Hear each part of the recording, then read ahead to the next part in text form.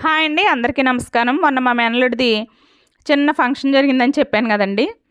అప్పుడు మేము ముందు రోజు టిఫిన్ చేసాం. తర్వాత రోజు భోజనాలు చేసాం. దీనన్నిట్లికి కూడా మన స్టీల్ ప్లేట్లు, గ్లాసులయితే వాడడం జరిగిందండి.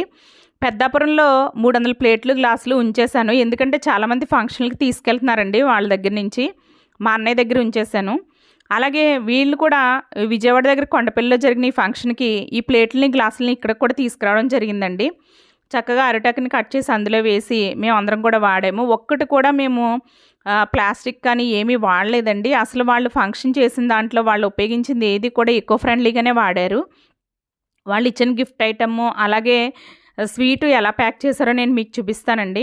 అంటే మనసుంటే మార్గం ఉంటుందండి. ఇక్కడి నుంచి అక్కడికి మోసుకెళ్ళి అలా ఎకో ఫ్రెండ్లీగా వాడుకోవచ్చు కదా అని మీరు అనుకోవచ్చు. కానీ ఒక చెట్టుని సేవ్ చేసినట్టేనండి. ఒక పేపర్‌ని మనం సేవ్ చేసినట్టంటే ఆ విధంగా వాళ్ళు వాడారనమాట. మీరు కూడా ట్రై చేయండి.